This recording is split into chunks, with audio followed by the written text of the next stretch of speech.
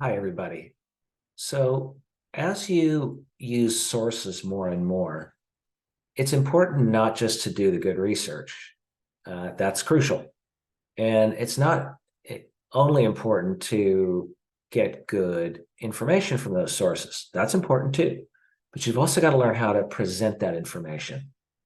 And today I want to show you some common pitfalls in presenting your information and ways to change that and be more effective at presenting the information.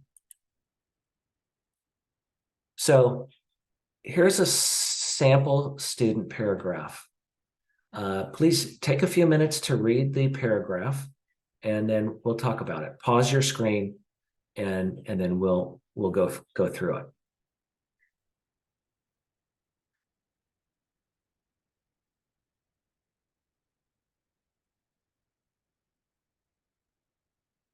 Okay, so this paragraph has some strengths and some weaknesses, and I want to talk about the strengths first. First of all, the writer here has actually done some good, has got some good articles. It's done some good research, found some good information, and found some good evidence in support of the topic sentence. That's great. So that's crucial. A lot of times students are just quoting random quotes by people, opinions, people's feelings. None of that's really good sources. You want facts, you want evidence. And that means either statistics, you have some statistics down here, or you need expert testimony. You need the opinion of experts in the field. So the writer actually has done that, but how this information is presented could be done a lot more effectively. And I want to show you a few things that I see very commonly, very common mistakes in presenting the information. So the first mistake here is the writer has used all direct quotes. So you'll notice I've got a big, long direct quote here, another long direct quote here, and another long direct quote here. Now, there's nothing wrong with quotes in and of themselves, but I'm going to recommend you rely more on paraphrasing, summarizing information, maybe just putting facts and data in. Or if you do quote, try using a blended quote, mixing the quote with your own sentences. What's wrong with using direct quotes? Well, the first thing that happens with this kind of thing is the writers tend to quote too much information, the wrong kind of information, and not exactly what the key information they want to communicate. Second thing that happens is you end up having just a string of quotes. You have a quote, and then another quote and another quote. There's no real connection or writing. The writer's not showing relationships between those. And you can see that here, for example, by right here, I have highlighted and underlined what the writer what the writer brings to this. So notice it's got a topic sentence the writer's producing, which is okay. Although you'll notice life satisfaction and a healthier life is really relevant only to the first part. It's really not a great topic sentence because the last part where it talks about staying out of jail and paying your taxes and stuff, that's not exactly life satisfaction and a healthier life. That's a different point.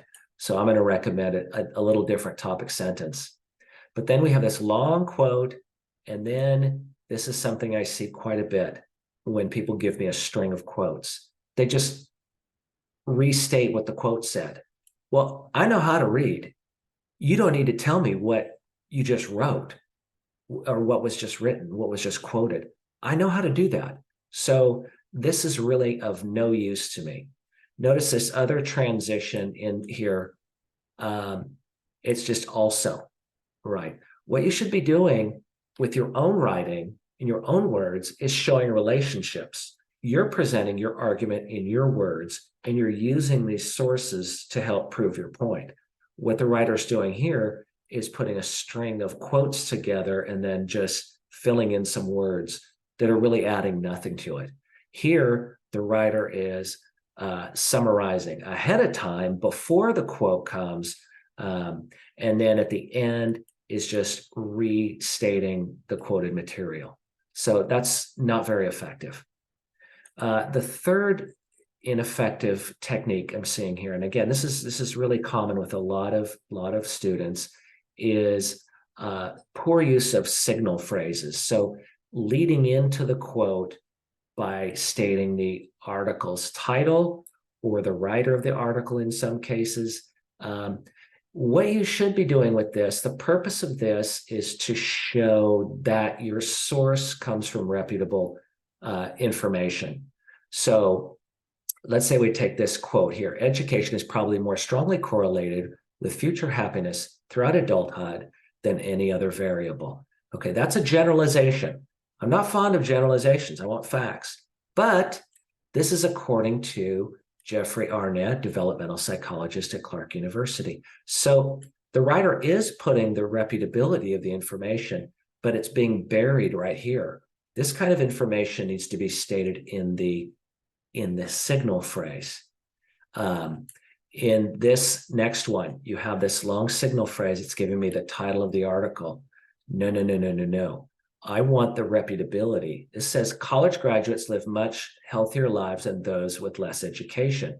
The healthier behaviors of college graduates are a result of sorting into educational attainment, embedding, and cultural capital. This is also a generalization. And I don't know if that generalization is made by someone who is an expert in the field or by Joe Sixpack, who just decided to go online and type his opinion on and make an article, right? Anybody can make an article and put it on the internet and say anything they want. So just because somebody says it on the internet doesn't make it of any value. And that's why these signal phrases are really not good. The purpose of the signal phrase is to say, this is not Joe Sixpack writing this. This is somebody of important repute. So a couple things, really. It's important to use your sources as evidence. The writer here has done actually a good job of that. And I'll show you where the basis of that in just a minute. But rely mainly on paraphrasing, blended quotes if you need to. You can use some direct quotes, but just not every single one. Don't make the whole essay a string of quotes. Show the relationships. Don't just give me a series of sources. Give me connections and relationships. And then use a signal phrase to show that the source is reputable. Now, let me show you these sources for just a minute, because the sources are not bad. So the first article where it says this quote, okay? This is the article. This is the title of the article right there. And here is the author. Now, the author is just a reporter. And anybody can report anything for anybody. Some people, they'll give me the name of the website, CNBC. That doesn't help me anyway. Okay, CNBC, news agencies, they don't always have the best information. I mean, some are more reputable than others. Maybe the Wall Street Journal or the Washington Post, the New York Times, maybe those you can put in there. But really, I don't care about the title. I don't care about the author. But if I go down here and I come down to this, it says, here's the quote: education is probably more strongly correlated with future happiness throughout adulthood than any other variable, according to Jeffrey Arnett, developmental psychologist and professor of psychology at Clark University. This is what I want in my signal phrase. And this is what I want to highlight. And then I've also got more information, by the way. Notice this. I got some great information here. Here are some surveys, 2 different surveys. One is saying that 94% of people with bachelor's degrees or more reported feeling happy or very happy with their lives overall, while 89% of high school grads did the same. Well, not a huge difference, but anyway, that's an improvement. And then this survey found that adults with less than a high school education are more than twice as likely as those with bachelor's degree or more education to say that they are not happy with their lives. So among those who are not happy, the high school graduates are higher than those without. That's the kind of information I want to put. I want to paraphrase that, and I want to say where this is coming from. I want to either give the names of those surveys. I'll show you in a minute how I did it. Here's it, so there's good information, but we got to highlight that with the signal phrase. Here's another source of information. All right. So this is the quoted material and some other material later on from it. Where's this coming from? Well, it's Elizabeth M. Lawrence. Well, who's Elizabeth M. Lawrence? Now, one thing I should notice is this is Journal of Health Society Behavior. That's could be somebody valuable, right? That's a journal. That's a journal. And in fact, I looked this up and I Googled this and I found that Elizabeth Lawrence is a PhD associate professor of sociology. This is at the University of Nevada, Las Vegas. Okay, that person has some credibility. That's what I want to say. And that's what I want to highlight. One more thing is here's another article. Again, I got this title. This is in the HuffPost. Okay, HuffPost is not especially reputable. Okay, it's not terrible, but it's not like a journal, like a professionally written journal. And James Merisotis, he's the president of the Lumina Foundation. That's got some potential. But even more important is this study from the University of Maine, a study from a university that's really good. And this is the one that tells me my quote about graduates not going to jail and paying their taxes and all that kind of stuff. So let me show you how I rewrote this. Yeah, there we are. All right. Take a minute to read this. Pause the video, take a minute to read it, and evaluate this.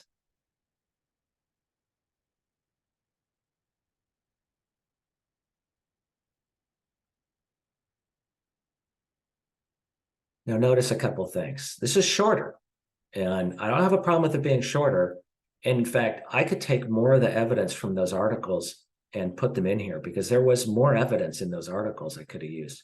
But let me show you some of the things I did here to improve this. First of all, I picked a better topic sentence.